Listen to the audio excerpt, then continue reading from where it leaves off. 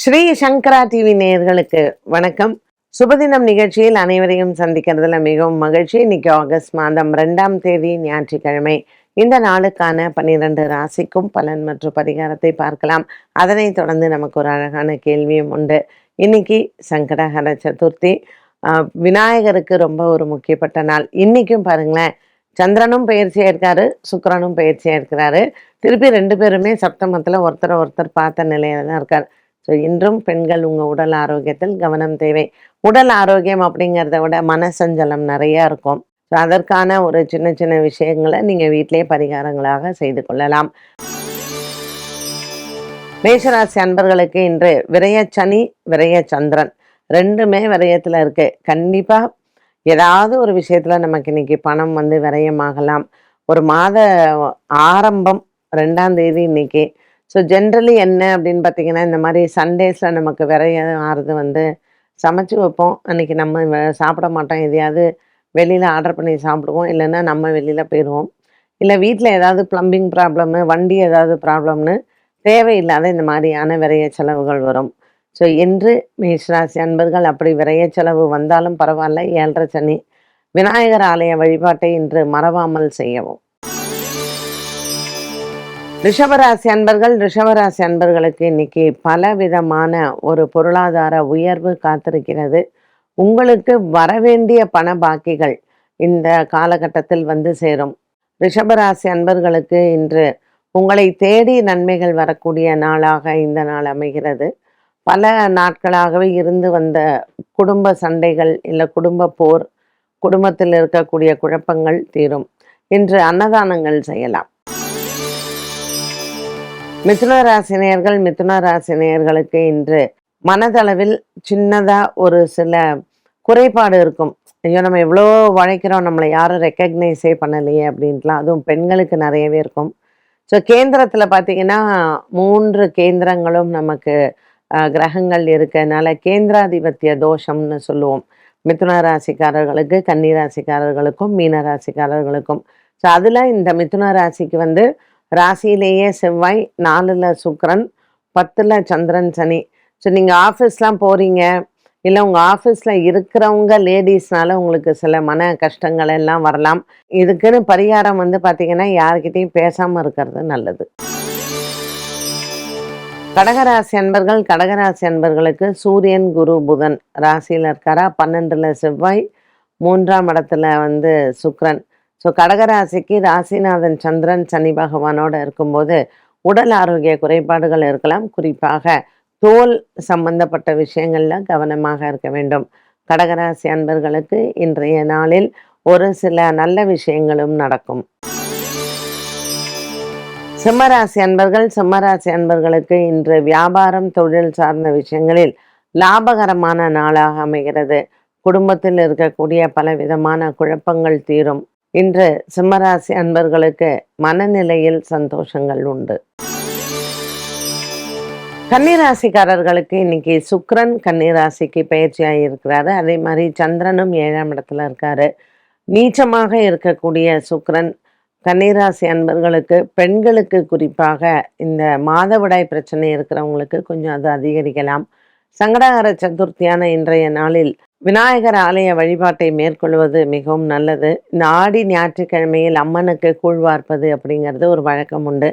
நமக்கு வழக்கம் இல்லை அப்படின்னாலும் அந்த ஆலயங்களுக்கு போய் இன்று இறைவனை பார்த்து விட்டு வருவது கன்னிராசி அன்பர்களுக்கு உடல் ஆரோக்கிய குறைபாடுகளை தீர்க்கும். இன்று ரேணுகா பரமேஸ்வரியை பிரார்த்தனை செய்யலாம் கன்னிராசி அன்பர்கள். துலாம் ராசி நேயர்களுக்கு 10ஆம் இடத்தில் இருக்கக்கூடிய கிரக சேர்க்கை கொஞ்சம் வேலை விஷயத்தில் வேலை பலுவை அதிகரிக்கலாம்.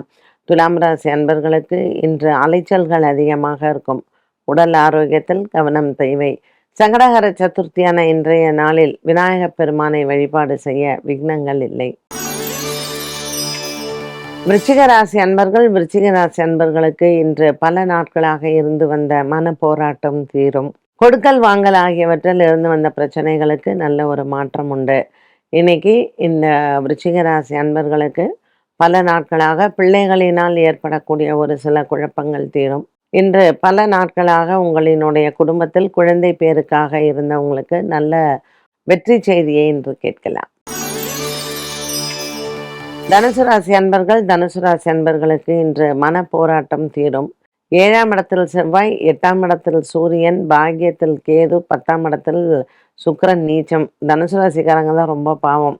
ஏன்னா லைனா பார்த்தீங்கன்னா 7, 8, 9, 10 4லையுமே கிரக நிலைகள் ரொம்ப நல்லா இல்லை.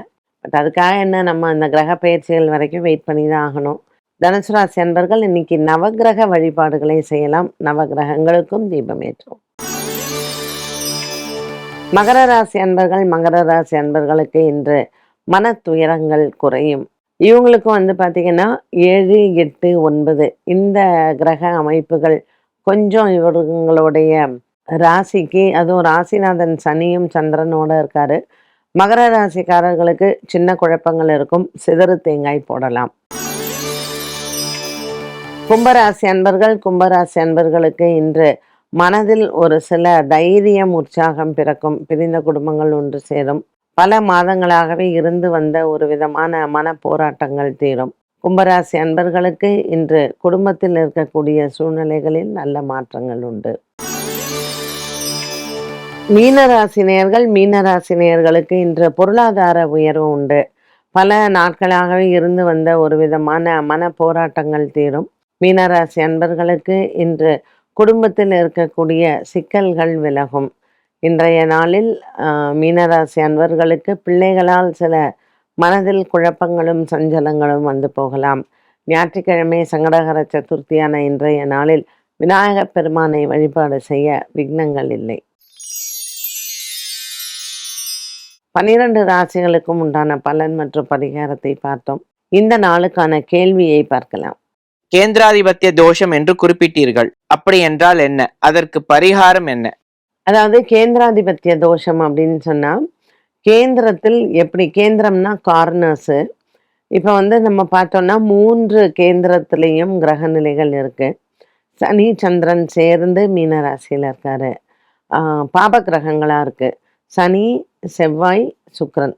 இப்போ சுக்கிரன் சுபகிரகம் கிடையாது, அசுபகிரகம் தான். ஸோ இந்த பாப கிரகங்கள் கேந்திரத்தில் இருக்கும் பொழுது 12 ராசிக்குமே அதனுடைய இம்பேக்ட் நல்லா இருக்காது.